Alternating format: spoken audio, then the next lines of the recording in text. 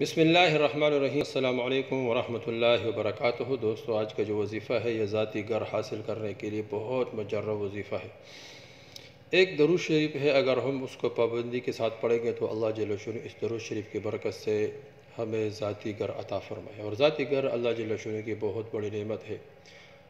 نبی علیہ السلام کی دعا میں بھی ہے کہ اللہ مبارک لی فی رزقی و وسع لی فی داری، کہ اللہ وسیع رزق اور اس طرح وسیع گر عطا فرمائے۔ تو اس طرح یہ اللہ جل شانہ کی نعمتوں میں سے بہت بڑی نعمت ہے۔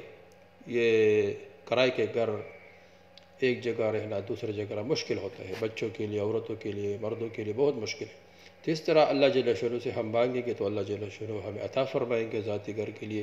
یہ وظیفہ بہت مجرب ہے، جمعہ کے دن عصر کے نماز کے بعد یہ وظیفہ کرنا ہے۔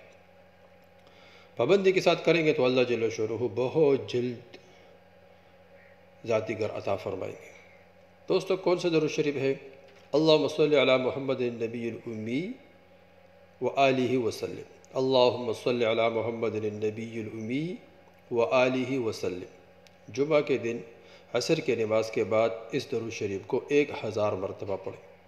اس کا تو وہ فضیلت بھی بہت مشہور ہے، حدیثوں میں بھی آتا ہے کہ جو 80 مرتبہ پڑھتا ہے تو اللہ جل شانہ اس کے 80 سال کے گناہوں کو معاف فرما دیتے ہیں۔ تو 1000 ہم پڑھیں گے تو وہ 80 مرتبہ بھی اس میں آ جاتا ہے، تو 80 سال کے گناہ بھی معاف ہو جائیں گے، اور 1000 پڑھیں گے تو اللہ جل شانہ ذاتی گھر بھی عطا فرمائیں گے۔ تو اس درود شریف کو جمعہ کے دن پابندی کے ساتھ پڑھنا ہے، اس کو مسلسل پڑھنا ہے، جب تک اللہ جل شانہ نے ذاتی گھر نہیں دیا تو مسلسل پڑھنا ہے۔